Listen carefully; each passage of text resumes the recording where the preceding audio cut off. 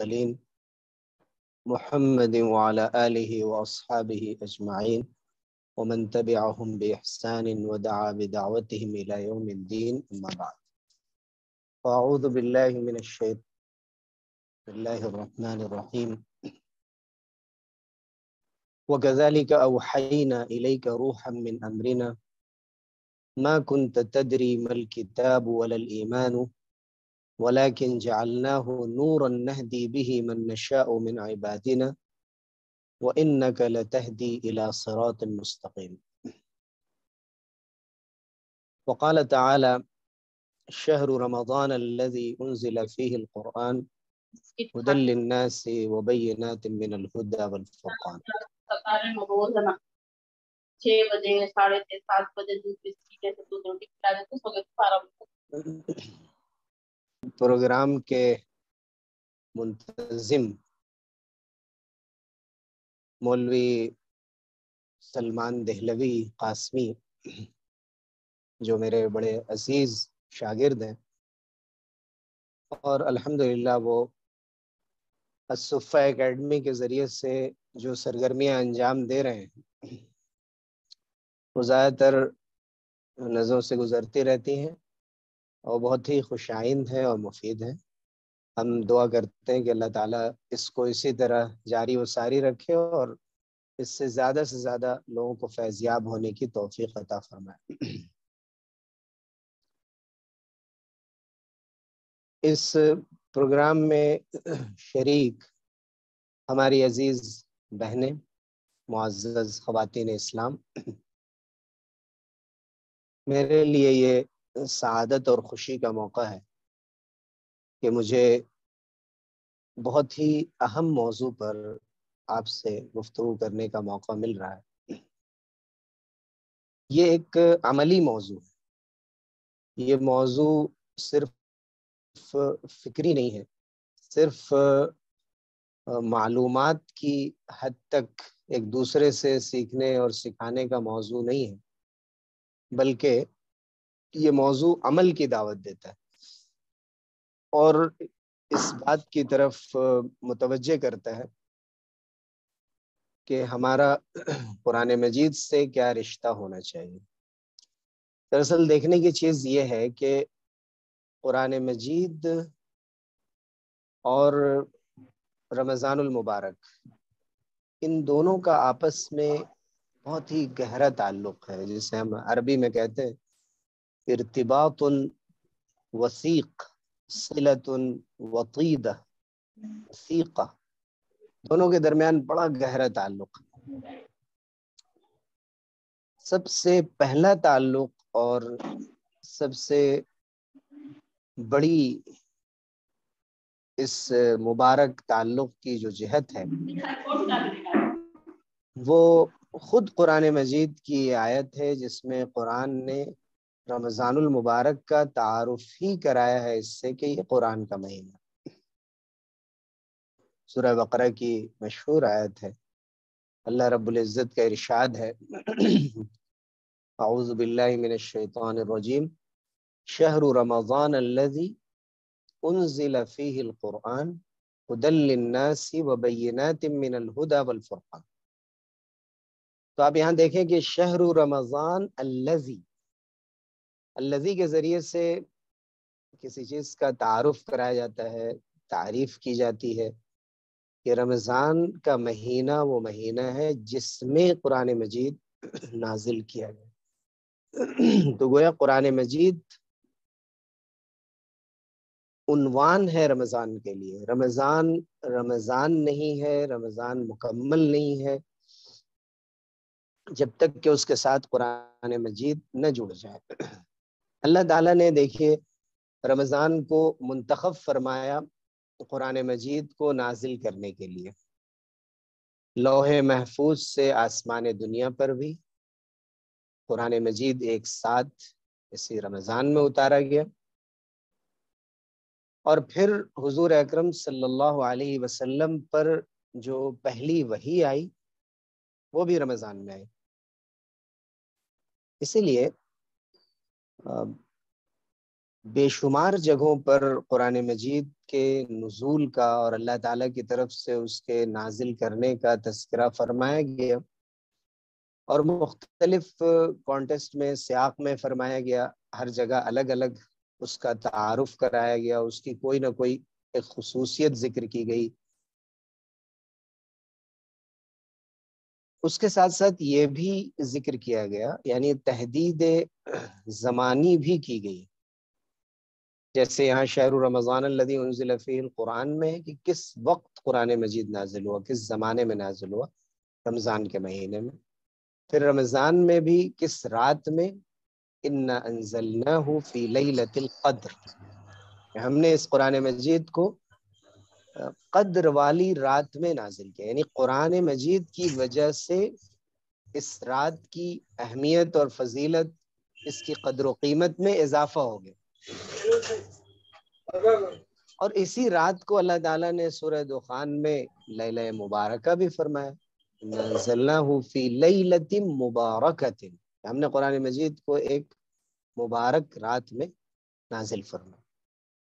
تو قرآن مجید جو اللہ کا کلام ہے، اور ویسے ہی ہمیشہ سے ہے، جیسے اللہ کی ذات ہمیشہ سے ہے، اس کا کلام ہے، وہ متکلم ہے، تو اللہ سے جس چیز کی نسبت ہو جائے،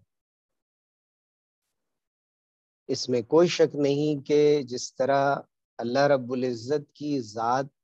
عظیم ہے، ویسے ہی قرآن مجید بھی عظیم ہے۔ قرآن مجید کی صفت بھی عظیم بیان کی گئی، قرآن عظیم ہم کہتے بھی، قرآن و حدیث میں بارہا اس کا ذکر بھی آیا۔ قرآن مجید سے جو چیز بھی منسوب ہوئی، آپ دیکھیں کہ اس کی اہمیت بڑھ گئی۔ مثلا رمضان کا مہینہ، وہ خاص رات جس میں قرآن مجید کو نازل کیا گیا، اسی طرح سے حضرت جبرائیل علیہ السلام روح الامین جو قرآن مجید کو لے کر آئے، ان کو افضل ترین فرشتہ قرار دیا گیا۔ جس شہر میں قرآن مجید نازل کیا گیا اس کو ام القریٰ قرار دیا گیا، کہ سب سے مرکزی شہر اللہ رب العزت کا مکہ مکرمہ کو قرار دیا گیا۔ اسی طرح سے بقیہ جتنی بھی نسبتیں ہیں ان پر آپ غور کر لیں، جن میں ایک نسبت اس امت کی نسبت بھی، کہ اس امت کو آخری امت بنایا گیا، اور اس کی اہمیت سرکار دو عالم صلی اللہ علیہ وسلم سے نسبت کی وجہ سے، جن پر قرآن مجید نازل ہوا، جو اشرف الانبیاء والمرسلین، سید الانبیاء والمرسلین، خاتم النبیین، شفیع المذنبین ہے، رسول اللہ صلی اللہ علیہ وسلم کی ذات گرامی سے اس کو جوڑ دیا۔ حضور اکرم صلی اللہ علیہ وسلم کو اللہ رب العزت نے جو معجزات دیے، ان میں سب سے زندہ، پائیدار اور تابندہ، ہمیشہ باقی رہنے والا معجزہ قرآن مجید ہے۔ بعض لوگ یہ سوال کرتے ہیں، بعض دوسرے مذاہب کے لوگ، کہ قرآن مجید کو کیوں نہیں بدلا جا سکتا؟ ہر طرح کا پروگریس دنیا میں ہو رہا ہے، اور ریولوشن ہے، ہر دور کے تقاضے الگ ہوتے ہیں، اس کے مطابق قرآن مجید میں اگر کوئی ترمیم کر دی جائے اور کچھ آیات کی تشریح کر دی جائے تو اس میں کیا حرج ہے؟ تو یہ بہت ہی احمقانہ سوال ہے، کسی نے بھی کیا ہو، اس لیے کہ آپ سوچئے، باقی بحثیں اس سلسلے کی الگ ہیں کہ اللہ تعالیٰ نے اس کی حفاظت کی ہے، اور کس طرح اس کو کسی قسم کے تغیر اور تبدل سے بھی محفوظ کر دیا ہے۔ یہ بات اپنی جگہ، یہ خود اللہ رب العزت کا انتظام ہے، لیکن اس کے ساتھ ساتھ آپ یہ سوچئے کہ دنیا میں جو کتابیں انسانوں کی لکھی ہوئی ہوتی ہیں، اس میں بھی کاپی رائٹ کا ایشو آتا ہے، اور آواز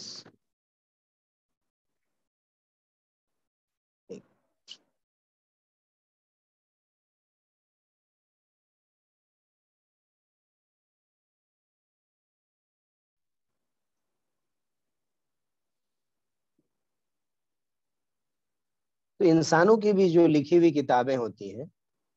ان میں بھی کاپی رائٹ کا مسئلہ آتا ہے کہ ہماری لکھی ہوئی کتاب کوئی اور نہ چھاپے، اور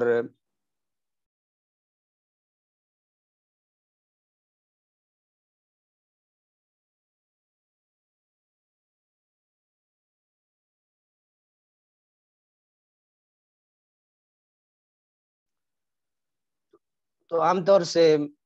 لوگ اپنی کتابوں میں بھی لکھ دیتے ہیں کہ جملہ حقوق محفوظ ہیں بحق ناشر بحق مؤلف، کسی کو اس کو چھاپنے کا حق نہیں ہے، اور کوئی اور کسی اور کی کتاب میں ترمیم نہیں کر سکتا۔ صدیوں پہلے لکھی ہوئی کتابوں میں اگر کوئی غلطی آ گئی ہے، تحقیق سے معلوم ہے کہ یہ غلط ہے، جیسے ہماری بعض فقہی کتابوں میں ہوتا ہے۔ گزارش ہے کہ ذرا سب لوگ میوٹ کر لیں، اس کی وجہ سے بار بار خلل پیدا ہو رہا ہے۔ سب لوگ میوٹ کر لیں، یا جو ایڈمنسٹریٹر ہے ایڈمن وہ خود ہی میوٹ کر دے اس کو۔ تو میں عرض کر رہا تھا کہ کاپی رائٹ ایشو سبھی کے لیے ہوتا ہے، یعنی بہت ہی معمولی درجے کی بھی اگر کوئی کتاب لکھی جائے تو لوگ اس میں اپنا حق سمجھتے ہیں کہ اس میں کوئی حذف و اضافہ نہ کیا جائے، کوئی کریکشن نہ کیا جائے، ہمیں بتایا جائے، ہم کریں۔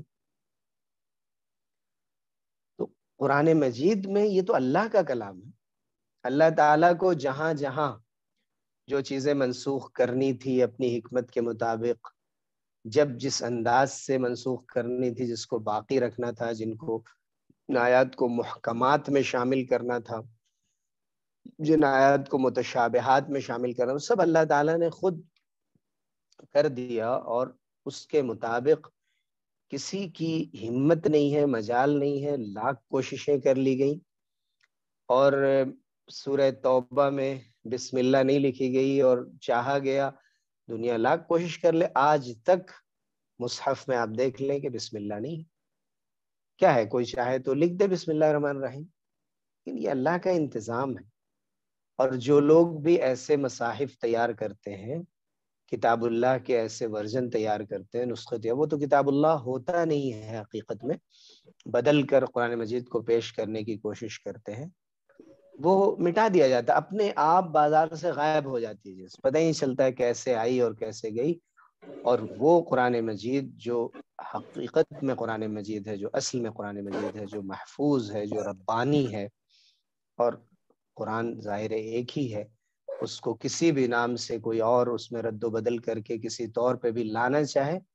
اللہ رب العزت اس کو باقی نہیں رہنے دیتے۔ ابھی ایک پروگرام میں شرکت کا موقع ملا تھا 1-2 روز پہلے، جس میں ریاست تلنگانہ کے وزیر داخلہ بھی آئے ہوئے تھے، تو انہوں نے ایک واقعہ بتایا کہ ایک موقع سے کچھ لوگوں نے قرآن مجید کے نسخے جلائے تھے، تو یہاں کے وزیر اعلیٰ کے پاس شکایت گئی کہ بھئی اس کی وجہ سے فرقہ وارانہ ایک طرح کی بے چینی پیدا ہوتی ہے، تشویش پیدا ہوتی ہے،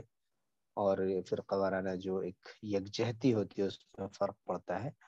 تو چاہیے کہ اس پر کوئی کام کیا جائے، کوئی کسی قسم کا پیغام دیا جائے اور لوگوں کو پرسکون بنایا جائے، کوئی بات ان کے سامنے پیش کی گئی۔ تو انہوں نے کہا کہ وزیر اعلیٰ جو کہ غیر مسلم ہیں، انہوں نے برجستہ کہا کہ بھائی وہ تو ہم کریں گے جو بھی کر سکتے ہیں، لیکن کوئی قرآن مجید کو جلا سکتا ہے، کوئی قرآن مجید کو مٹا سکتا ہے؟ قرآن جب دنیا سے ختم ہو جائے گا تو پھر دنیا کے رہنے کا فائدہ کیا ہے؟ انہوں نے ان کے الفاظ نقل کیے، یعنی یہ ایک طرح کا یقین عام لوگوں کے دلوں میں بھی ہے،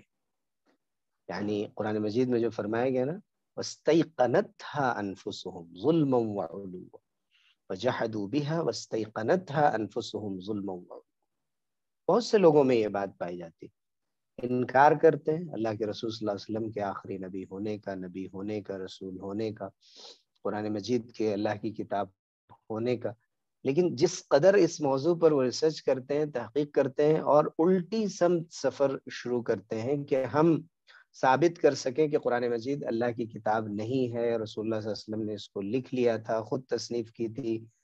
مستشرقین نے یہ کوشش کی جو اورینٹلسٹ سے، جنہوں نے یہ کام اسی مقصد سے کیا تھا کہ یہ ثابت کریں، ان کو کامیابی نہیں ملی۔ اور یہ اللہ رب العزت نے ایسا انتظام فرما دیا کہ اس کو اسی طرح باقی رہنا، اور قرآن مجید کو باقی رہنا ہے اسی صورت میں، کوئی بھی اس کو ختم نہیں کر سکتا، اور اس میں کوئی کجی تلاش کرے تو اسے کوئی کجی، کوئی کمی، کوئی نقص، کسی قسم کی ایسی بات جو کہ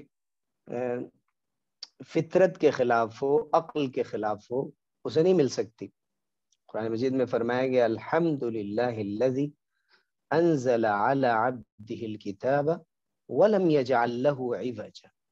کوئی اس میں کجی نہیں رکھی، کوئی کمی نہیں رکھی، ایسی بات نہیں جو ہلکی بات ہو، پست بات ہو، جو سمجھ میں نہ آنے والی بات ہو۔ رسول اللہ صلی اللہ علیہ وسلم کا اس لیے فرمایا گیا کہ سب سے بڑا معجزہ قرآن مجید ہے۔ رسول اللہ صلی اللہ علیہ وسلم کا امام کون تھا؟ قرآن مجید کو امام بنایا گیا۔ آپ کے اخلاق کیسے تھے؟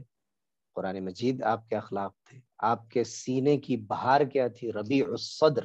جس کی حضور اکرم صلی اللہ علیہ وسلم دعا مانگا کرتے تھے، اور اللہ کے اسماء حسنہ اور صفات علیہ کا حوالہ دے دے کر دعا مانگا کرتے تھے کہ اللہ آپ کے ان تمام ناموں سے جن کو آپ نے قرآن مجید میں نازل کیا، یا اپنے کسی بندے کو سکھایا، یا جس کو آپ نے اپنے پاس اب استأثرت به فی علم الغیب عندک اپنے پاس محفوظ رکھ لیا، ان تمام ناموں کا واسطہ دے کر میں دعا کرتا ہوں ان تجعل القرآن العظیم ربیع قلبی ونور صدری وجلاء حزنی وذہاب ہمی، یعنی دل کے زندہ رکھنے کے لیے اگر کوئی مؤثر ترین کلام ہو سکتا ہے تو صرف اور صرف قرآن مجید، اور آنکھوں کو جلا بخش سکتا ہے تو قرآن مجید ہے، آنکھوں کے لیے سرما بن سکتا ہے، انسان کے سینے کو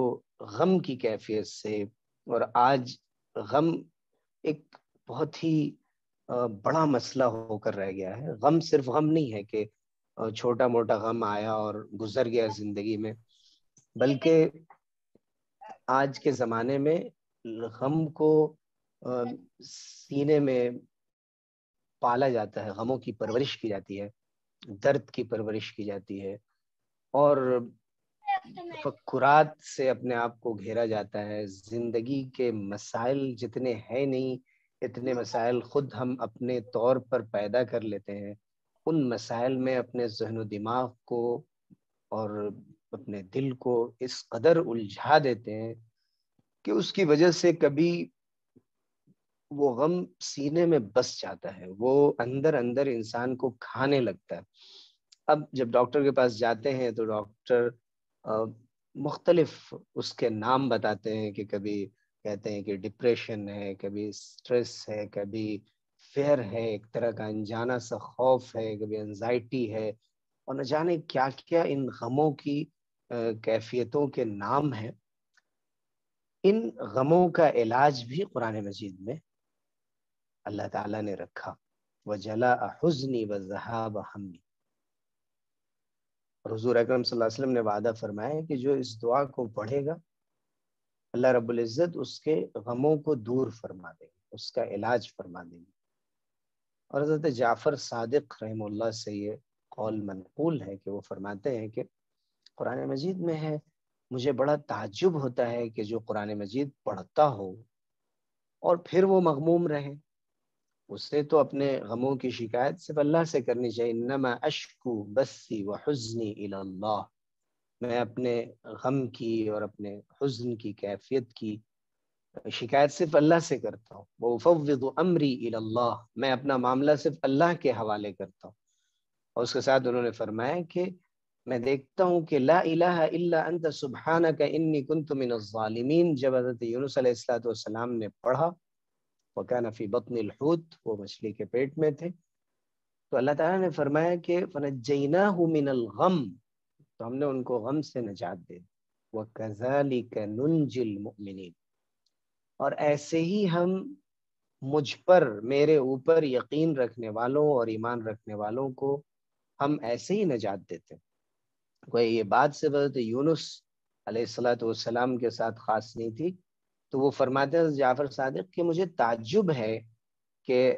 ایک شخص جو قرآن مجید کی اس آیت کو پڑھتا ہے پھر وہ کیسے غموں میں گھرا ہوا رہ سکتا ہے۔ انسان کا دل و دماغ تو حالات کا اسیر ہوتا ہے اور متاثر ہوتا ہے چیزوں سے، لیکن قرآن مجید ان غموں کا علاج کرنے والی کتاب ہے، جس میں جگہ جگہ بار بار اللہ رب العزت سے جوڑا گیا۔ صرف اللہ جو ذات الجلالہ ہے، صرف یہ لفظ اللہ کا جو مبارک لفظ ہے، وہی تقریباً 2500 سے زیادہ بار قرآن مجید میں ہے۔ اس کے علاوہ اللہ تعالیٰ کی طرف جو ضمیریں لوٹائی گئی ہیں، جو پروناؤنس ہیں، جو اللہ کی صفات ذکر کی گئی ہیں، وہ بے حد و بے حساب ہیں، ان کی گنتی نہیں کی جا سکتی۔ اس نے اپنے نام سے اور اپنی صفات سے انسان کو جوڑنے کی کوشش فرمائی ہے، اور اب کوئی صفحہ ایسا نہیں ہے قرآن مجید کا کہ جس میں اللہ تعالیٰ اور بندے کے درمیان کے تعلق کو ذکر نہ کیا گیا اور اس کو اجاگر نہ کیا گیا۔ تو اللہ رب نے اسی طرح سے حضرت جعفر صادق فرماتے ہیں کہ لا حسبنا اللہ ونعم الوکیل، مجھے تعجب ہے کہ جو شخص مصیبتوں میں گھرا ہوا ہو اور وہ حسبنا اللہ ونعم الوکیل نہیں پڑھتا، کیونکہ انی وجدت اللہ تعالی یقول بعد ذلك، اس آیت کے بعد میں نے اللہ کو یہ فرماتے ہوئے دیکھا اور سنا، فَانْقَلَبُوا بِنِعْمَةٍ مِّنَ اللَّهِ وَفَضْلٍ لَمْ يَمْسَسْهُمْ سُوءٌ وَاتَّبَعُوا رِضْوَانَ اللَّهِ، کہ جب لوگوں نے یہ کہا کہ ہمارے لیے ہمارا اللہ کافی اور بہترین کارساز ہے اور کام آنے والا ہے، تو اس کے بعد اللہ کے فضل اور اس کی نعمت اور اس کی رحمت سے لوگوں کی حالت بدل گئی۔ لم يمسسهم سوء، ان کو کوئی چیز، کوئی تکلیف، ان کو نقصان نہیں پہنچا سکی۔ انسان جب یقین کی کیفیت کے ساتھ حسبنا اللہ ونعم الوکیل پڑھتا ہے، لا الہ الا انت سبحانک انی کنت من الظالمین پڑھتا ہے، انہوں نے فرمایا کہ کسی کے ساتھ سازش ہوتی ہے، مکر و فریب ہوتا ہے، جادو کا کام اس کے ساتھ کیا جاتا ہے یا اس نظر لگ جاتی ہے، اور بہت سے مسائل پیش آتے ہیں، خاص طور سے جب اس کے ساتھ کوئی مکر و فریب کر رہا ہو باضابطہ، تو اسے چاہیے کہ فَأُفَوِّضُ أَمْرِي إِلَى اللَّهِ، کیونکہ اللہ تعالیٰ نے اس کے بعد فرمایا فَوَقَاهُ اللَّهُ سَيِّئَاتِ مَا مَكَرُوا، جب بندہ یہ کہہ دیتا ہے میں اپنا معاملہ اللہ کے حوالے کرتا ہوں، تو اللہ تعالیٰ ان لوگوں کی سازشوں اور مکر و فریب کے جو غلط اس کے انجام ہو سکتے تھے یا اس کی برائیاں ہو سکتی تھیں، ان سے اللہ تعالیٰ محفوظ فرما لیتے۔ تو اللہ تعالیٰ نے صرف کسی ایک شخص کو جو مومن ہوتا صرف اسی کو نہیں، بلکہ یہ وعدہ ہے اللہ تعالیٰ کا کہ جو قرآن مجید سے اپنا رشتہ، اپنے کو اللہ کے در پہ جھکا لے اور اللہ کی کتاب اپنا رشتہ جوڑ لے، اپنی زبان کو اللہ کی آیات کی تلاوت سے شیفتہ کر لے، تر و تازہ رکھے، اپنی آنکھوں کو اللہ کی آیات کو دیکھ کر اور اس میں غور و خوض کر کے نورانی بنا لے، پھر ایسے شخص کو کوئی چیز دنیا میں حیران نہیں کرتی۔ دیکھیے بہت بنیادی چیزیں ہیں جن کا مسئلہ آج ہمیں دنیا میں ہوتا ہے، اپنی ذاتی زندگی میں ہو، اجتماعی زندگی میں ہو، یا پوری برادری کو سامنے رکھ کر اگر دیکھا جائے، ہم جن مسائل سے دوچار ہوتے ہیں ان میں خاص طور سے ہماری معاشرتی زندگی ہوتی ہے، گھریلو مسائل ہوتے ہیں، ہمارے مسائل معاشی مسائل ہوتے ہیں، اور آج کل تعلیم کو اور علاج کو بھی آپ اسی سے جوڑ لیجئے، اس لیے کہ تعلیم اور علاج ایک خالص ہمدردی کا اور انسانی عمل تھا، آج وہ ایک معاشی مسئلہ بن کر رہ گیا۔ تو اس سے متعلق یعنی انسان جب علم حاصل کرنے کے لیے ارادہ کرتا ہے اور دل میں نیت کرتا ہے اور سوچتا ہے کہ آج کے اعلیٰ تعلیم حاصل کریں اور آگے بڑھیں، تو سب سے پہلے جو چیز اس کے ذہن میں آتی ہے کہ فیس کیا ہوگی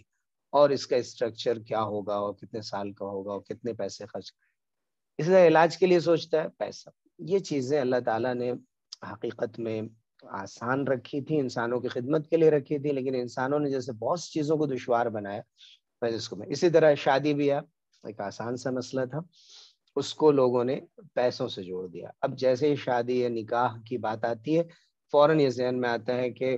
اپنے پیروں پر کھڑے ہونے کا مسئلہ اور اسٹیبلشمنٹ کا مسئلہ۔ تو یہ وہ چیزیں ہیں کہ جو رفتہ رفتہ قرآنی نظام سے اور قرآن کے ماحول سے پورے معاشرے کو دور کرتی چلی جاتی،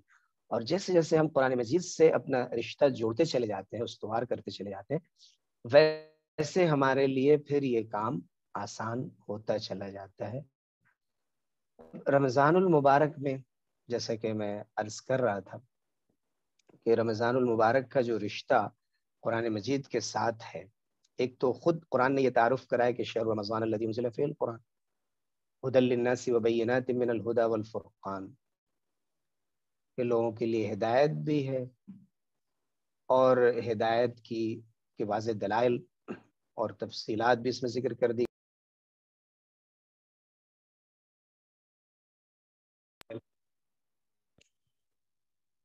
لیکن اس کے ساتھ ساتھ اور بھی آپ دیکھیں گے کہ قرآن مجید اور رمضان کے رشتے کو نمایاں کیا گیا۔ مثلا رمضان کی پہچان روزوں سے ہے، روزوں کو اور قرآن مجید کو ایک سیاق میں رکھا گیا۔ حضور اکرم صلی اللہ علیہ وسلم نے فرمایا کہ القرآن والصیام یشفع، کہ روزے بھی سفارش کرتے ہیں روزے دار کے لیے، کہ میں نے اس کو دن بھر بھوکا پیاسا رکھا، تو قرآن بھی سفارش کرتا ہے کہ میں نے اس کو رات میں سونے نہیں دیا، اور اس کو میں نے پابند کیا کہ اللہ کے سامنے کھڑے ہو کر اور تلاوت کرے اور آپ کے حضور سجدہ ریز ہو۔ اسی طرح جہاں فرمایا گیا من صام رمضان، وہیں فرمایا گیا من قام رمضان، کہ جو رمضان کے روزے رکھے خالص اللہ کے حکموں پر یقین کرتے ہوئے اور ایمان لاتے ہوئے اور اجر و ثواب کی نیت سے ایمانا واحتسابا، تو اس کے گناہوں کی معافی کا ذکر کیا گیا۔ ویسے ہی صام رمضان، قام رمضان کا بھی ذکر کیا، اور رمضان کا قیام خواہ و تراویح ہو یا تہجد یعنی قیام لیل ہو، یہ قرآن مجید کے بغیر مکمل نہیں ہو سکتا۔ تو دونوں کے تعلق کی مختلف جہتیں ہمیں خود قرآن مجید میں بھی نظر آتی ہیں اور رسول اکرم صلی اللہ علیہ وسلم کی احادیث میں بھی نظر آتی ہیں۔ پھر رمضان میں قرآن مجید کا جو اہتمام ہے وہ اس طرح ہونا چاہیے کہ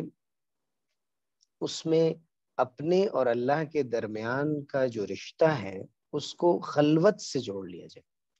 یعنی اب یہ دور آ گیا ہے، مولانا تقی عثمانی صاحب دامت برکاتہم جو عالم اسلام کے اس وقت کے جید ترین علماء میں ہیں، اور ان علماء میں جنہیں اللہ تعالیٰ نے دین کی بڑی بصیرت عطا فرمائی ہے، انہوں نے بہت سی چیزوں کے بارے میں ادھر کافی دنوں سے ذکر کرنا شروع کیا ہے کہ ہم نے بہت سی چیزوں کو رسم بنا لیا اور ہمیں خیال بھی نہیں ہوتا۔ اب جیسے پہلے بعض خاص ملکوں میں استقبال رمضان وغیرہ کے پروگرام ہوتے تھے، یا بعض خاص شہروں میں جیسے حیدرآباد وغیرہ میں ایک زمانے سے اس طرح کا رواج ہے، لیکن اتنا نہیں تھا پہلے جتنا اب ہو گیا۔ اسی طرح سے ہمارے مدرسوں میں جیسے ختم بخاری کا ایک خاص اہتمام ہوتا ہے، تو ان چیزوں میں کبھی کبھی اتنا اہتمام کیا جاتا ہے اور ان کو اتنی اہمیت دے دی جاتی ہے، اتنی تشہیر کی جاتی ہے کہ جو اصل مرکزی نقطہ ہے وہ سرے سے غائب ہو جاتا ہے۔ مثلا رمضان کے لیے توجہ دلائی جاتی ہے جمعے کی نمازوں میں بھی اور دوسرے مواقع سے بھی۔ یہ تو ماشاءاللہ خواتین کا اجتماع ہے جن کو عام طور سے بہت سے اجتماعات میں جو مرد حضرات کے لیے منعقد ہوتے ہیں ان میں بدقسمتی سے شرکت کا موقع نہیں مل پاتا ہے، ایسے انتظامات نہیں کیے جاتے ہیں، یہ تو بہت مفید ہے۔ لیکن عام طور سے جو استقبال رمضان کے جلسے ہوتے ہیں تو اصل مقصد رمضان کا یہ نہیں ہے کہ رمضان سے پہلے بھی ہو، پھر عید کے بعد بھی ہو، پھر رمضان میں بھی درمیان میں جلسے ہوتے رہیں، پھر آخری عشرے میں خاص طور سے جو شب قدر کو جن راتوں میں تلاش کرنے کا حکم دیا گیا ہے، تاخراتوں میں خاص طور سے ان میں طویل ترین اجلاس ہوں اور ان کے اشتہارات چھپیں. حقیقت یہ ہے کہ خلوت کا مہینہ ہے. ہم تو ہمیشہ لوگوں کے درمیان ہوتے ہیں، دعا بھی کرتے ہیں تو امام کے پیچھے کر لیتے ہیں، اور ماشاءاللہ کچھ لوگ ہوتے ہیں جن کو اللہ کی طرف سے توفیق ملتی ہے تو وہ تنہائی میں بھی مانگ لیتے ہیں. لیکن عام طور سے لوگ یہ کہتے ہیں کوئی دعا کرا دے تو ہم آمین آمین کہہ لیں، خود سے دعا کرنے کی مشق نہیں کرتے. اس سے ہمیں خلوت میں اللہ کے ساتھ وقت گزارنے کا مہینہ بنانا چاہیے اور اس کو قرآن سے آباد کرنا چاہیے. اس کی ایک وجہ خاص طور سے آپ دیکھیں کہ حضور اکرم صلی اللہ علیہ وسلم نے جس کیفیت میں قرآن مجید کو لیا، پہلی مرتبہ حضرت جبرائیل علیہ السلام کے ذریعے جو قرآن پہنچا، وہ کیا کیفیت تھی کہ حضور اکرم صلی اللہ علیہ وسلم کان یتعبد یتحنس اللیالی ذوات العدد، کہ کئی کئی راتیں حضور اکرم صلی اللہ علیہ وسلم عبادت کر رہے ہوتے تھے غار حرا میں. کان یخلو بغار حرا، غار حرا میں خلوت میں ہوتے تھے، اور اسی خلوت کے ماحول میں جو لو لگائے ہوتے تھے اللہ رب العزت سے، اسی وقت آواز آئی اقرا، کیا پڑھیں. قرآن مجید کا جو نزول ہوا ہے وہ خلوت کے ماحول میں ہوا ہے، اور ایک ایسے ماحول میں، ایک ایسی جگہ پر جو آبادی سے دور، اور صرف اللہ اور اس کے رسول آپس میں ایک دوسرے سے ہم کلام ہوئے. اور پھر اس قرآن مجید نے ایسا معجزہ دنیا کے سامنے پیش کیا، ایسا انقلاب برپا کیا کہ اس خلوت کے باتیں کیا کیا ہو رہی، تعلیم کی بات ہو رہی ہے، معاشرے کی بات ہو رہی ہے، انسانی معاشرے کی، خاندانی نظام کی، خواتین کی، مردوں کی، بچوں کی، بوڑھوں کی، انصاف کی، اور تکریم انسانی کی، انسانوں کو انسان ہونے کی بنیاد پر اہمیت دینے کی، اور اسی طرح سے حکومت و سیاست کی اور معاشیات کی. اور پھر جناب والا گفتگو ہو رہی ہے فضاؤں کی، آسمانوں کی، زمینوں کی، کہکشاؤں کی، اور سمندروں کی، اور ان کے نیچے جو کچھ ہے، اور زمین کے اندر اور زمین کے اوپر، اور پچھلی قوموں کے واقعات، اور جنت اور جہنم، اور اللہ اور بندے کا تعلق، اور رسول اکرم صلی اللہ علیہ وسلم کا مقام و مرتبہ. نہ جانے کیا کیا چیزیں جس کو قرآن مجید نے، اخلاقیات ہے، معاملات ہے، کوئی پہلو قرآن مجید سے چھوٹنے نہیں پاتا. ما فرطنا فی الکتاب من شیء. یہ خلوت میں حضور اکرم صلی اللہ علیہ وسلم کے ساتھ باتیں ہو رہی، اور پھر وہ آپ معاشرے میں آتے ہیں. مکی زندگی میں قرآن مجید نازل ہوتا ہے، مدنی زندگی میں نازل ہوتا ہے، مکے اور مدینے کے اندر بھی، باہر بھی، جہاں جہاں آپ صلی اللہ علیہ وسلم تشریف لے گئے ان میں سے بہت سے دوسرے مقامات پر بھی. یہ اور بات ہے کہ جو ہجرت سے پہلے آیات نازل ہوئی وہ مکی کہلاتی ہیں، اور بعد کی مدنی کہلاتی ہیں، چاہے وہ مکے اور مدینے کے اندر نازل ہوئی ہو یا باہر نازل ہوئی ہو.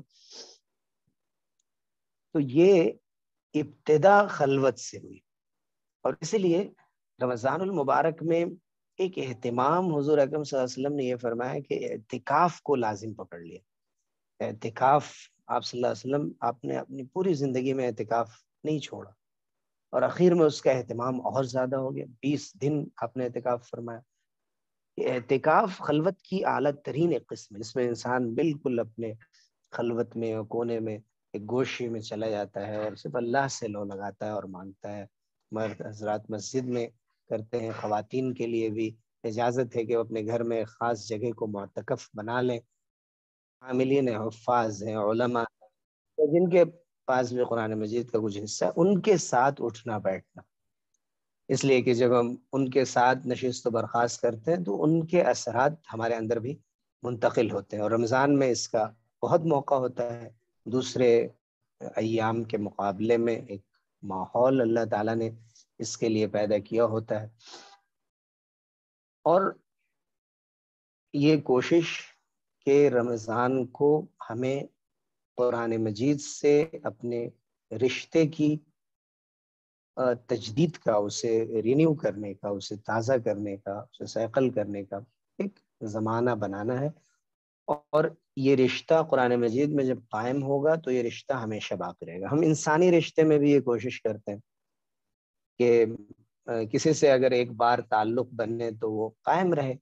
کسی چھوٹی موٹی کسی بات کی وجہ سے یا کسی شکوے شکایت کی وجہ سے وہ ختم نہ ہو۔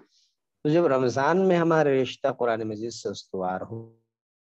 تو اب ہمیں عہد کرنا ہے کہ قرآن مجید کے جو حقوق ہیں ان حقوق کی ادائیگی کی کوشش ہمیں پوری زندگی کرنی۔ لیکن زندگی میں تبدیلی کے لیے کوئی ایک واقعہ، کوئی ایک حادثہ، کوئی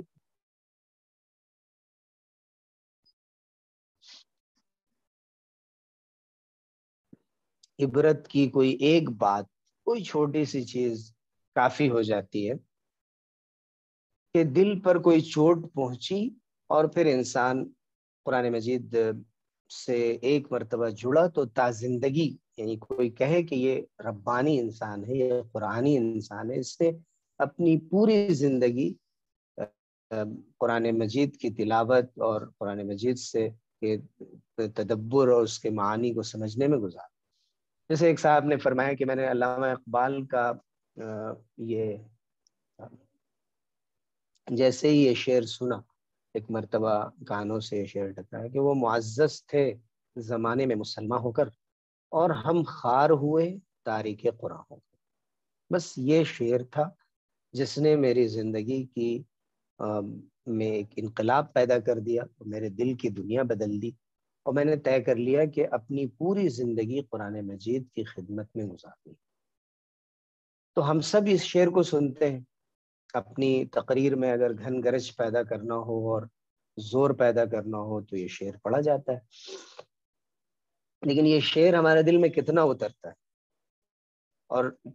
کس طرح اثر انداز ہوتا ہے۔ یہ کسی نے سنا کہ تیرے ضمیر پہ جب تک نہ ہو نزول کتاب، گرہ کشا ہے نہ راضی نہ صاحب کشاف۔ تیرے ضمیر پہ جب تک اللہ کی کتاب نازل نہیں ہوئی تو نہ راضی میں جو کچھ معانی بیان کیے گئے ہیں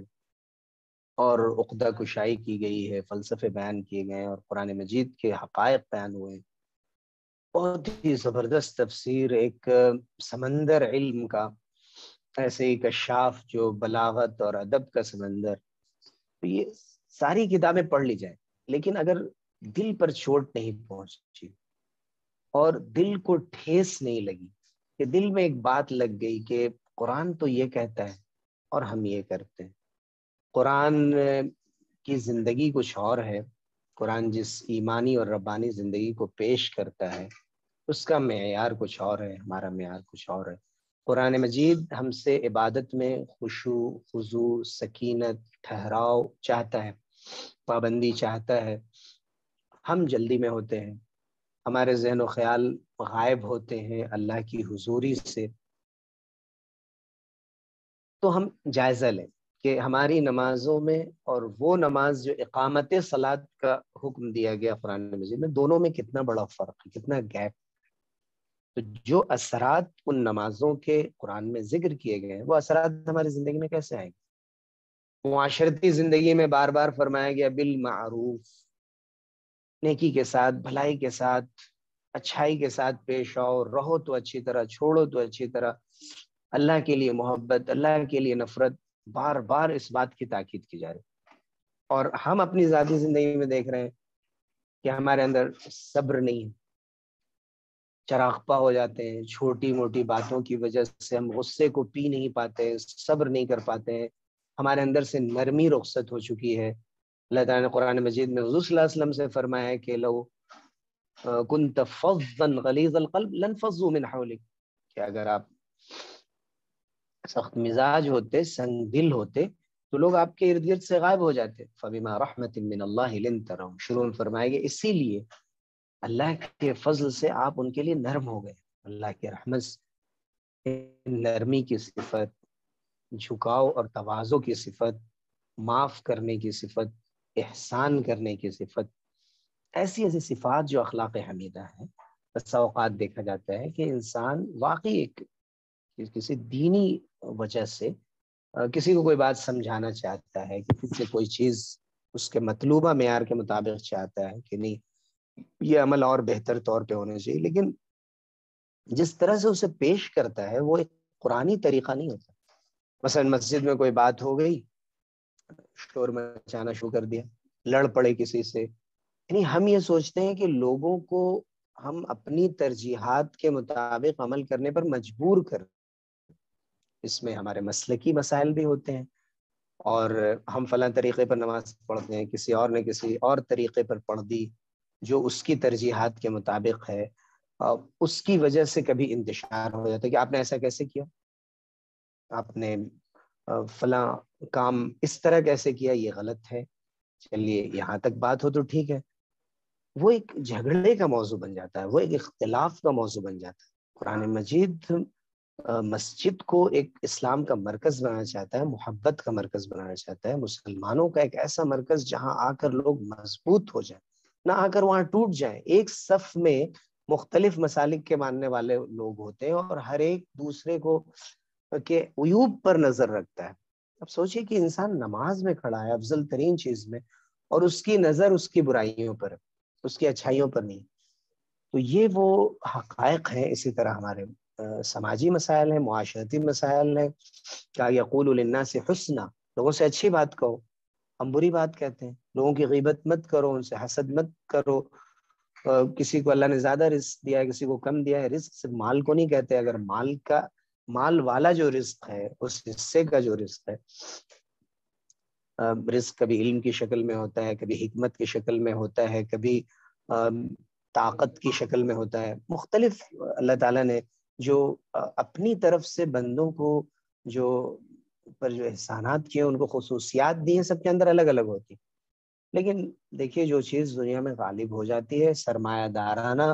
نظام میں ہم دنیا میں اس طرح رہ رہے ہیں کہ یہ بتا دیا گیا ہے کہ اگر آپ کے پاس پیسہ ہے تو سب کچھ۔ اب یہ چیز ہمیشہ ترقی کے معیار کو پیسے سے جوڑتی۔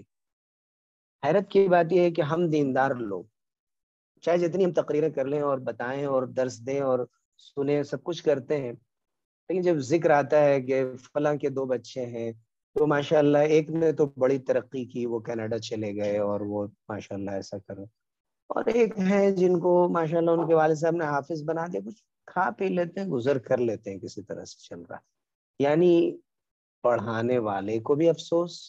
بعض والدین کو ایسا دیکھا گیا، زیادہ تر ایسے نہیں ہوتے، یا دوسرے لوگوں کو ان کو نہیں ہے، دوسرے لوگوں کو بڑی فکر ہوتی ہے، بھائی یہ حافظ صاحب کیا کر رہے ہیں تھوڑے سے پیسے پہ، اگر انہوں نے ذرا کچھ ترقی کی ہوتی اور تو آج پیسے کماتے، یہ بھی گاؤں کے فلاں شخص کی طرح آرام سے اور آسائش سے رہتے۔ بھائی آسائش اور آرام پیسوں کی کمی ذاتی نہیں ہوتا، یہ دنیا کی حقیقت۔ گزر اوقات کے لیے، گزر بسر کے لیے ضرور، اور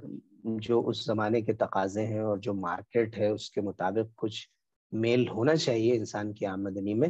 لیکن یہ مطلب نہیں ہے کہ انسان کو جو راحت ہے وہ اس سے ملتی ہے۔ جو ہم قرآنی نقطہ نظر سے دیکھتے ہیں تو نحن قسمنا بینہم معیشتہم، ہم نے لوگوں کے درمیان ان کی معیشت تقسیم کر دی ہے۔ جو زندگی گزارنے کے جو اسباب ہیں اور وسائل ہیں اور الگ الگ کام ہیں، وہ ہم نے تقسیم کر دیا۔ وَرَفَعْنَا بَعْضَهُمْ فَوْقَ بَعْضٍ دَرَجَاتٍ، اور اس اعتبار سے بھی لوگوں کے درجات رکھے، ایک کو دوسرے سے فوقیت دی ہے، کسی کو پیچھے رکھا ہے، کسی کو آگے رکھا ہے۔ اس بنیاد پر اللہ کی نگاہ میں کوئی محبوب یا مبغوض نہیں ہوگا۔ اور وجہ اس کی بتائی کہ لِيَتَّخِذَ بَعْضُهُمْ بَعْضًا سُخْرِيًّا، اگر سب لوگ ایک درجے کے ہو جاتے تو کون کس سے کام لیتا؟ سب کے پاس دولت ہوتی، سب کے پاس پیسے ہوتے، تو نہ کسی کو کوئی کام کرنے والا ملتا، نہ کہ کسی کے ماتحت ہوتا، چاہے عزت کے ساتھ، احترام کے ساتھ۔ ہر آدمی چاہتا کہ میں باس بن کر رہا ہوں اور میں آنرشپ میری ہو، اور پھر زندگی کا پورا نظام خراب ہو جاتا ہے۔ تو یہ اللہ تعالیٰ کا بنایا ہوا نظام۔ اسی طرح اللہ کا بنایا ہوا نظام ہے کہ اللہ نے مختلف قسم کی چیزیں بازار میں رکھی ہیں، مختلف ذوق کی چیزیں رکھی ہیں۔ ابن خلدون کا ایک قول ہم نے پڑھا کہ لولا تنوع الاذواق لفسدت السلع، اگر ذوق میں اختلاف نہ ہوتا تو بازار میں جو سامان تجارت ہے سب برباد ہو جاتی۔ ایک ہی چیز ہے، ایک گلاس ہے، مختلف ڈیزائن کے، مختلف دھاتوں کے بنے ہوئے، مختلف چیزوں کے بنے ہوئے، کسی کو یہ پسند، کسی کو وہ پسند، اور ہر ایک کے پاس ہر چیز نہیں ہے، کسی کو ہماری ضرورت، ہمیں کسی اور کی ضرورت۔ تو یہ اللہ تعالیٰ نے جو نظام بنایا ہے یہ اس طرح سے بنایا ہے۔ ہم اس کو اپنے طور پر دیکھنے لگتے ہیں کہ ہمیں وہ ملنی چاہیے۔ فرمایا لا تمدن عینیک الی ما متعنا بہ، کہ اپنی نگاہیں مت پھیلاؤ اور ہر چیز پر نظر مت کرو کہ یہ بھی ہو جاتا میرے پاس، یہ بھی ہوتا۔ یہ قرآنی طریقہ نہیں۔ قرآنی طریقہ یہ ہے کہ انسان کے اندر قناعت پیدا ہو اور بہتر سے بہتر، خوب سے خوب تر کے لیے کوشش جاری رہے، اسباب اس کے اعضاء و جوارح اختیار کرے اور دل اس کا اللہ پر بھروسہ کیے ہوئے رہے، توکل کیے ہوئے رہے۔ اللہ رب العزت قرآن مجید کا اسلوب بتاتا ہے کہ وہ ممکنات کا رب تو ہے ہی، وہ ناممکنات کا بھی رب ہے، رب المستحیل۔ حضرت ابراہیم علیہ السلام کا واقعہ ہو یا اصحاب فیل کا واقعہ ہو، حضرت موسیٰ علیہ السلام کا واقعہ ہو، جتنے واقعات اور قصص قرآن مجید میں، اسی لیے بتانے کے لیے کہ جہاں تمہاری طاقتیں جواب دے دیتی ہیں اور تمہارے ذہن و دماغ کام کرنا چھوڑ دیتے ہیں، اللہ رب العزت کی طاقت اور قدرت اس سے بڑی ہے، اس سے آگے۔ کوئی اگر یہ سوچتا ہے کہ دنیا میں آج جو کچھ ہے ایسا ہی رہے گا، جو طاقتور ہے وہ طاقتور رہے گا، جو کمزور ہے وہ کمزور رہے گا، ہمیشہ ایسا ہی ہوگا، تو گویا کہ قرآن مجید اس نے نہیں پڑھا۔ آج کے حالات میں بھی ہمیں ضرورت ہے کہ سب سے پہلے قرآن مجید پر ایمان لائیں جیسے کہ ایمان لانے کا حق ہے، اور رمضان کے آنے سے پہلے پہلے اس کی تجدید کر لیں کہ ہمارا قرآن پر ایمان گہرا اور مضبوط ہو۔ قرآن مجید پر ایمان سے مراد یہ ہے کہ قرآن مجید کی تمام تعلیمات پر یقین، یقین سے بڑھ کر کچھ نہیں ہے، یقین ہو پوری طرح کہ جو کچھ اس میں بتایا گیا وہ سچ ہے، وہ باقی رہنے والا ہے، وہ ہمیشہ چلنے والا ہے۔ مثلا ایک مثال کہ ہم دیکھتے ہیں کہ کوئی چیز ہم نے شروع کی بہت چھوٹے پیمانے پر، تھوڑے سے لوگ جڑے اور کچھ لوگوں نے فوری بھرگی جو ہے، ہزاروں لوگ ان کے ساتھ جڑ گئے اور بڑے سطح پر کام شروع ہو گیا، اور اتنی بڑی سطح پر لوگ ان کے ساتھ آ گئے، تو کبھی کبھی دل میں خیال آتا ہے کہ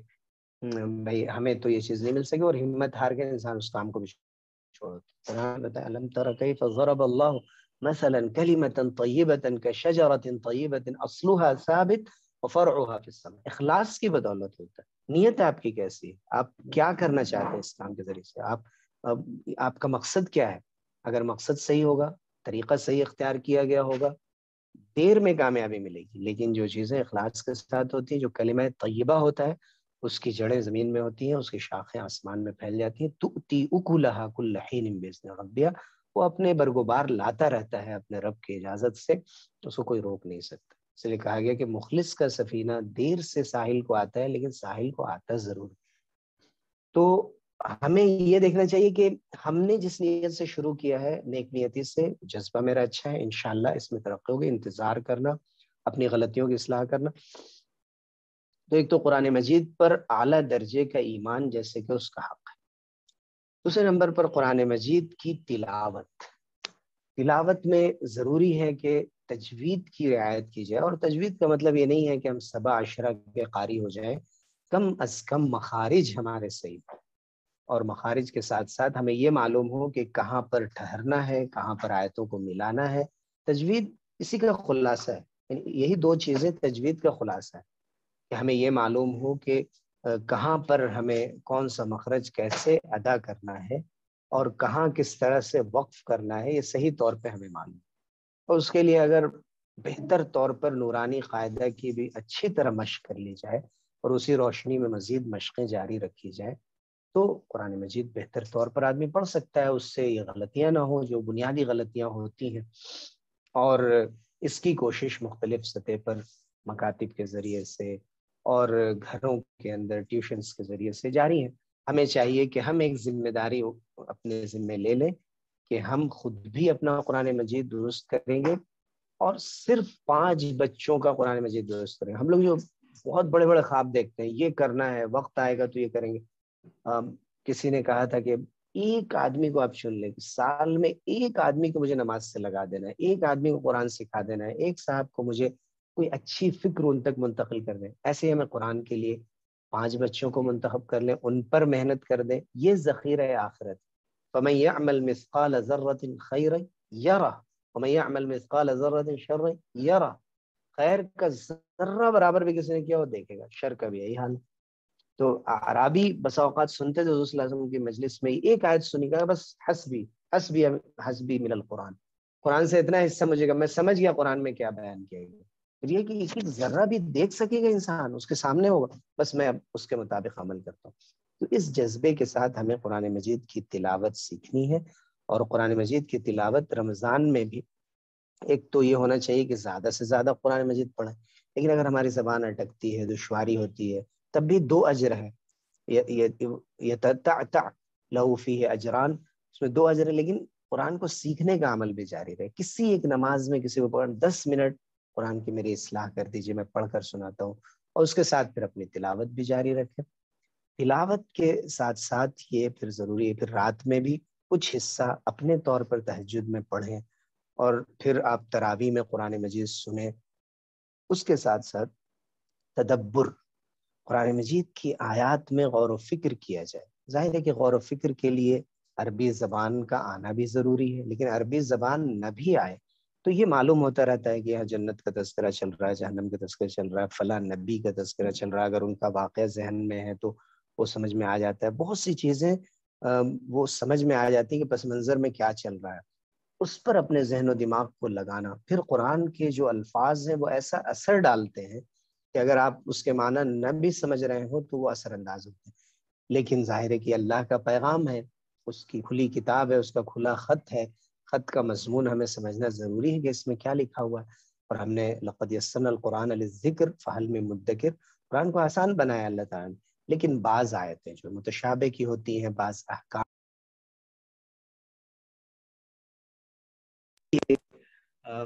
علماء کو بھی وقت لگانا پڑتا ہے ان کو حل کرنے میں، سمجھنے میں۔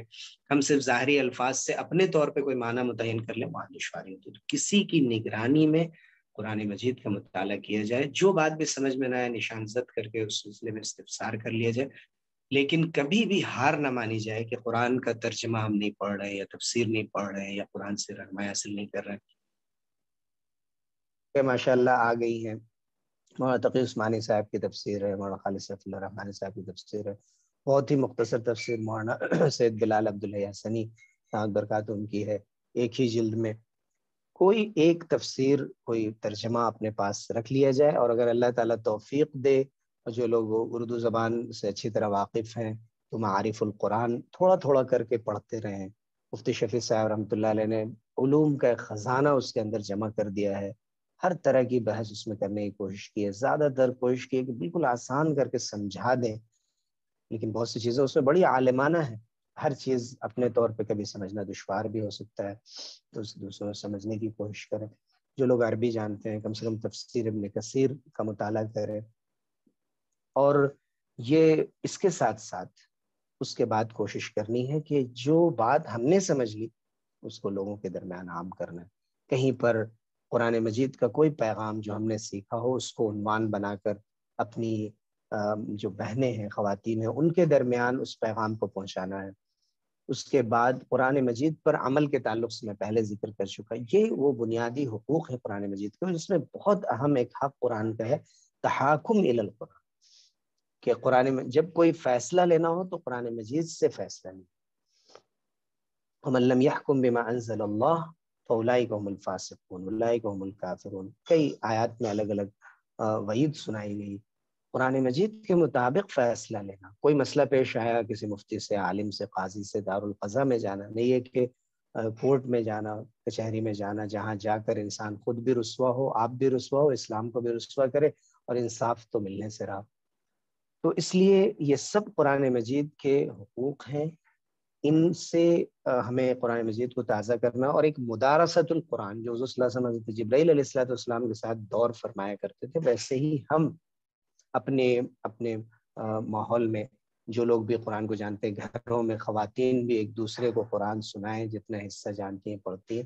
اور خاص طور سے خواتین کے تعلق سے ایک بات غلط طور پر مشہور ہے کہ وہ سارا وقت وہ گزارتی ہیں افطار کی تیاری میں اور سحری کی تیاری میں، اور بالکل قرآن نہیں پڑھتے۔ میں ایسی بالکل نگیٹو نہیں ہوں اس معاملے میں، کافی فرق آیا ہے لوگوں کی سمجھ میں، اور خواتین ماشاءاللہ جس پابندی سے جمعے کے دن سورہ کہف کی تلاوت کرنے لگی ہیں، سورہ یاسین صبح میں پڑھتی ہیں، شام میں جو صورتیں ہیں سورہ واقعہ اور ملک، اور اسی طرح سے رمضان میں جتنا اہتمام ان کے یہاں دیکھا جاتا ہے،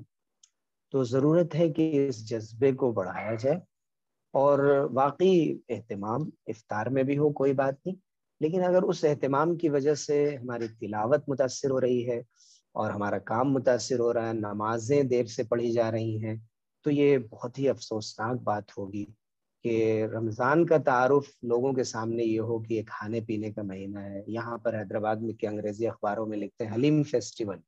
کمنگ سون، کہ حلیم فیسٹیول بہت قریب آ رہا ہے، وہ رمضان کو انہوں نے حلیم کا مہینہ بنا دیا۔ تو ہمیں ان تمام پہلوؤں کی اصلاح کرنی ہے، جہاں تک ہو سکے اگر خواتین کے لیے بھی تراویح کا کہیں مناسب انتظام ہے اس میں شرکت کر سکتی ہے، اور اس کے ساتھ ساتھ تہجد میں ضرور جتنا حصہ ہمیں قرآن مجید کا یاد ہو وہ پڑھیں، چھوٹی موٹی مزید صورتیں یاد کر کے ان کو پڑھنے کی کوشش کریں۔ بہرحال یہ موقع ایسا ہے کہ ہمیں پہلے سے زیادہ سنجیدہ ہونے کی ضرورت ہے، اور گھر کے اندر کا ماحول بہتر بنانے کی ضرورت ہے، اپنی بہنوں کی، اپنے بھائیوں کی، اپنے بال بچوں کی، اپنے خاندان کے لوگوں کی فکر کرنے کی ضرورت ہے۔ اور گھر کے اندر خواتین جس ہمدردی اور محبت کے ساتھ جو اللہ تعالیٰ نے ان کے گویا وجود کے اندر ودیعت فرما دیا ہے، جو مردوں میں ظاہر ہے کہ اس سے کم رکھا ہے، اس محبت کے جذبے کو استعمال کرتے ہوئے، ہمدردی اور خیرخواہی کے جذبے کو استعمال کرتے ہوئے بڑی ہمدردی کے ساتھ لوگوں کے درمیان قرآن مجید کو عام کرنے کی کوشش کی جائے، لوگوں کو اس بات کی تعلیم دی جائے کہ اپنے اخلاق درست کریں، قرآن اور اسلام نظر آئے جب وہ معاملات کر رہے ہوں، کسی سے معاملہ کر رہے ہوں، بازار میں ہوں، کہیں بھی ہوں۔ چھوٹی چھوٹی چیزوں کی وجہ سے لوگ بازاروں میں لڑتے ہیں، 1-2 روپے کا مسئلہ رہتا ہے، اس کو ایک مومن کی شان نہیں ہے۔ ہمیں چاہیے کہ ایسی چیزوں میں ذرا تسامح سے، عفو درگزر سے کام لیں، اپنا معیار بلند کریں۔ تو تربیت کی طرف توجہ دینے کی ضرورت ہے۔ قرآن مجید یقیناً تزکیے کی کتاب ہے، دلوں کو صاف کرنے کی اور تربیت کرنے کی کتاب ہے۔ میں نے آپ کا بہت سارا وقت لے لیا، اور میں امید کرتا ہوں کہ ہم نے جو رمضان اور قرآن کے درمیان کے جو کچھ مختلف گوشے تھے ان دونوں کے آپسی ربط کے اور تعلق کے، ان کو آپ کے سامنے رکھنے کی کوشش کی۔ ظاہر ہے کہ حدث عن البحر ولا حرج، آپ سمندر کے بارے میں بیان کرتے رہے، وہ کبھی سمندر ختم نہیں ہو سکتا۔ اللہ تعالیٰ نے رمضان میں جتنی رحمتیں اور برکتیں رکھ دی ہیں، فرمایا کہ دوسرے دنوں میں جو رحمتیں اور برکتیں رکھی ہیں، اگر وہ ساری رحمتیں اور برکتیں دریا ہو اور رمضان سمندر ہو تب بھی بہت تھوڑا فرق تھا، لیکن اس سے بھی بہت بڑا فرق ہے۔ یعنی ایک اس مہینے کے اندر اللہ تعالیٰ نے، اور وہ سب سے بڑی برکت قرآن مجید سے جڑی ہوئی ہے۔ اس لیے ضرورت ہے کہ جیسے بہت سے علماء رمضان میں اپنے سارے کام چھوڑ کر تلاوت میں مصروف ہو جاتے تھے، تدبر معانی میں مصروف ہو جاتے تھے، ایسے ہی ہم اپنا وقت خلوت میں زیادہ سے زیادہ اللہ کے سامنے گزاریں، اور اس کے لیے ضروری ہے کہ ہم سیل فون کو دور رکھیں، ایک وقت بنا لیں کہ فلاں سے فلاں وقت تک ہمیں موبائل کو دور رکھنا ہے۔ موبائل میں بھی ہم قرآن مجید پڑھ سکتے ہیں، لیکن کوشش کرنی چاہیے کہ مصحف میں پڑھیں، اس لیے کہ یہ غافل کرنے والی چیز ہے۔ اتنے زیادہ کانٹینٹس ہے اس میں کہ ہمارے پاس وقت ہی نہیں ہے پڑھنے کا، ہم ایک کام کے لیے اسے کھولتے ہیں، دوسری چیز آ جاتی ہے۔ یعنی ایک ہے تو بہت مفید چیز، لیکن اتنے فتنے اس کے ساتھ جڑ گئے ہیں، اور ہر ایک کے لیے فتنہ بن گیا ہے کہ بس اللہ رب العزت ہم سب کی اس سے حفاظت فرمائے، ہمارے روزوں کی حفاظت فرمائے، اعتکاف کی اور دوسری عبادتوں کی، اور ہمیں توفیق دے کہ ہم قرآن مجید کے خادم بن سکے اور قرآن مجید کے حکموں کے مطابق، اس کی تعلیمات کے مطابق عمل کر سکے۔ اللہ رب العزت ہمارے یہاں ایک ساتھ مل بیٹھنے کو قبول فرمائے، اور جو کچھ بھی عرض کیا گیا اس میں جو غلطیاں ہوئی ان کو معاف فرمائے، اور ہم سے راضی ہو جائے، کبھی ناراض نہ ہو، ہمیں اپنے محبوب اور مخلص بندوں میں شامل فرمائے، ہمیں قرآن کے خواص اہل لوگوں میں شامل فرمائے جو قرآن مجید کی خدمت کے اہل ہو سکتے ہیں۔ اللہ رب العزت ہم سب کو قبول فرما لے اور حالات کو درست فرما دے، حالات کی نزاکت کو دیکھتے ہوئے ہمیں صحیح طور پر حالات سے کا سامنا کرنے کی سمجھ عطا فرمائے، خوف ہمارے دلوں سے ختم کر دے، ہمارے دلوں میں ایمان اور یقین کو جگا دے، ہمارے اندر اعتماد پیدا فرما دے حالات سے مقابلے کے لیے۔ اللہ تعالی ہمارے ان دعاؤں کو قبول فرمائے۔ آمین وآخر دعوانا الحمدللہ رب العالمین۔